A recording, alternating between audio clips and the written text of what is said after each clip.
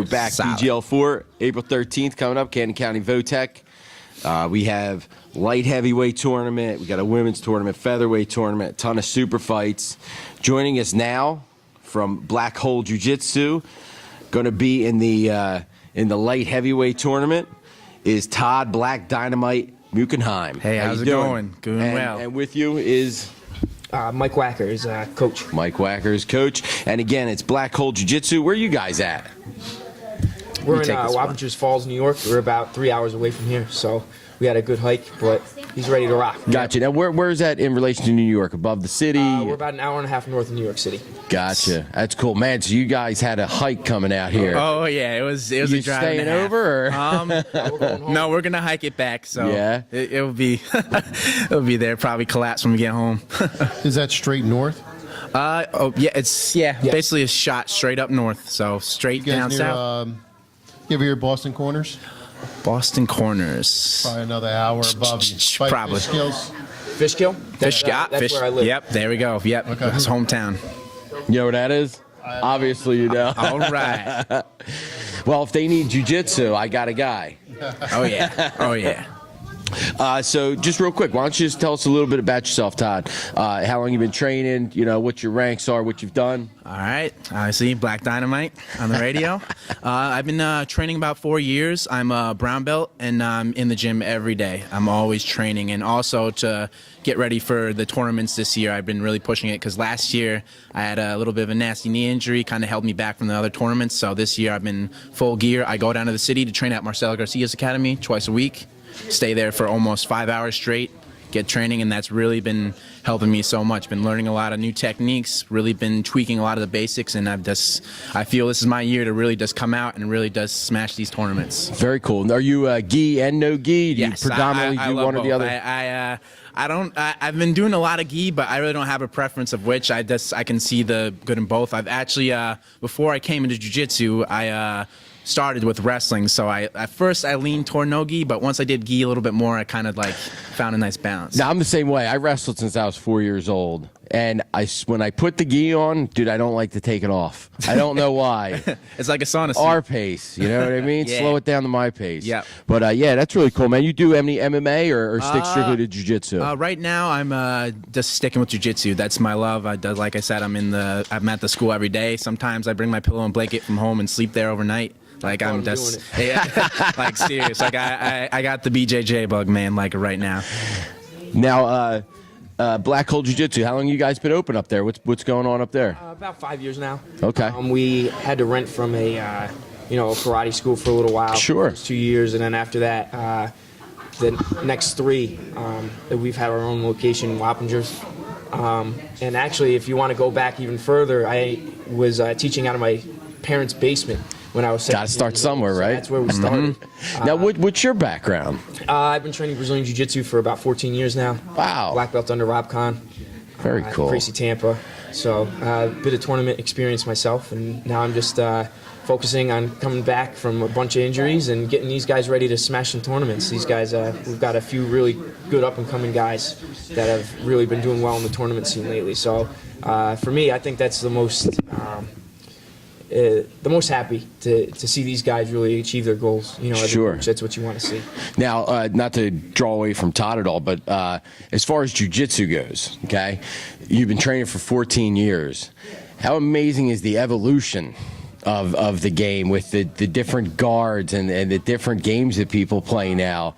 It's crazy. And it's not that, as a big guy, and again, I've been training a long time, I'm obviously not going inverted or berimbolo and stuff like that, but you have to know it. You have to know it to defend it, to be able to defend it. Exactly. So it's amazing, though, the evolution of jiu-jitsu, how far it's come. Just as far as, we could go as simple as saying the popularity of the sport. When I first started coming up, I first started competing in like 1998, 1999. You go to a tournament and there'd be like 200 people there total. Now you go to a tournament, you could have 100 people in your bracket. Yeah. So it's pretty amazing. It's pretty cool, and it's nice to see that the sport is getting recognized, and it's unbelievable martial art, and I think it's the best in the world, and it's great to see that it's getting recognized. And you're talking about at that time when you saw a purple belt, it was like, man. Wow. If you had a purple belt in a jiu-jitsu purple belt, and you were an American, you were yes. man. When Renzo Gracie came over to the United States, he said he knew every black belt in the U.S. He knew every black belt when he came up from Brazil to the United States. But that just goes to show you how far it's come. Now, again, a black belt in jiu-jitsu is not something that's easily come by or anything like that. I don't think there's even 10,000 in the world, I believe, or 15,000 in the whole world, jiu-jitsu black belts. So it's definitely something that takes a while to achieve. And yeah, the evolution of the sport has just come a long way. Now, Todd, what's your game like, man? What are you? You a top guy? You a guard player?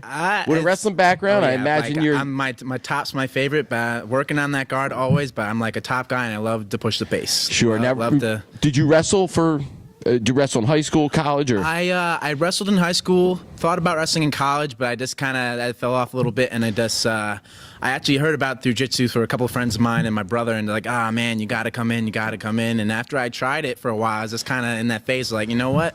Let me see where I can go with this, and it just ever since I just didn't stop. The base you get coming from wrestling to jiu-jitsu is amazing. Tremendous. It makes it very, very, very hard to sweep, and it gives you that ability on top to really control the position. Absolutely. And with that wrestling background, and it seems to me like them higher level wrestlers, it's a little more difficult for, again, I wrestled for a long time. I was never a state champ, was never anything like that. Mm-hmm. And I think that I, had obviously lost. I've been pinned. I've been in the worst situations.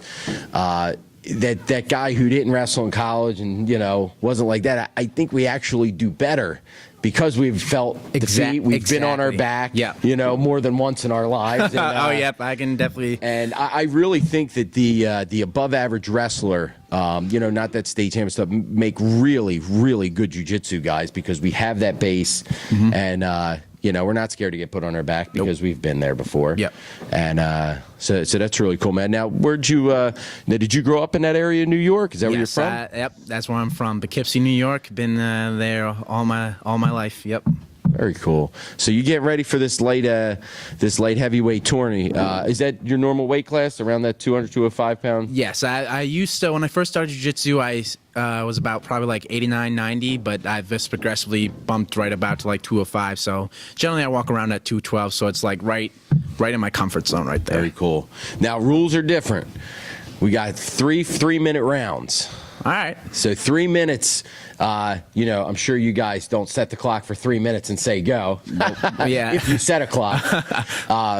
So is that something you think you'd tailor down to, is to trying that 3 minutes and the minute break in between rounds? No. No. We push the pace, especially with Todd. 3 minutes is going to go by quick. Very quick. The one thing that I could say is that Todd's not a slow starter. He's going to come out firing. Yeah. So we're not going to tailor it down. He's going to come out. He's going to push the pace in every single round, and he'll be fresh from the first minute to the last minute. That much I can guarantee. Very cool. And now, no points. No point system here. It's a judge's score, so control is everything. Being a wrestling background, again, I'm not trying to say that jiu-jitsu is like wrestling, but having that ability to control from that top position is really important. You know what I mean? A base not to get swept. Again, there's no points, but the control means a lot. Absolutely. And again, with the submissions, now you're in the brown belt level, so the expert divisions that you do, no-gi, are heel hooks and stuff like that, I'd assume. There is the addition of neck cranks and stuff like that. Don't know if that's something you train or anything like that, but, is that something you're going to be looking at in your training, maybe looking for some different submissions? Exactly. Well, we're definitely open to all submissions. We definitely try to hit everything. We really don't have too much restriction. Obviously, the more advanced guys are going to be hunting for those neck cranks and heel hooks. But actually, as it's funny how it's saying, I used to like points, but now I definitely like hunting for submission. That's always my goal. I'm always looking for the kill. It's just so much more fun. Yeah, it is. It's just so much more fun. So much more fun. It's fun to watch a good a nice guard playing match where it's sweep for sweep and stuff like that, pretty stuff. But I'm the same way, man. I like a sub, man. I like kill. straightening arms out and Yep. choking people. Yeah. So that's Just gonna makes for a be more the fun goal. match, Yep. man. Now I'll tell you what. If you've gotten to watch any of the PGL 3, the last tournament that they did, I saw a little the bit one of it. before, Yeah, I'll tell you what. It was the matches and the caliber of talent was unbelievable, just unbelievable.